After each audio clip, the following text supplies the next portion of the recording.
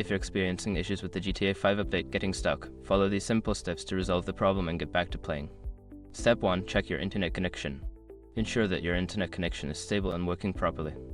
You can do this by running a speed test or trying to access other online services. Step 2. Restart the game. Close GTA 5 completely and restart it.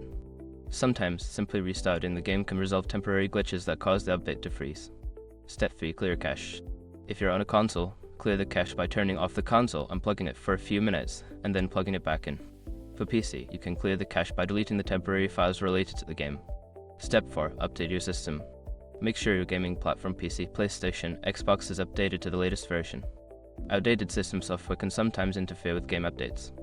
Step 5. Reinstall the game. If all else fails, consider uninstalling and then reinstalling GTA 5. This can fix any corrupted files that may be causing the update to get stuck.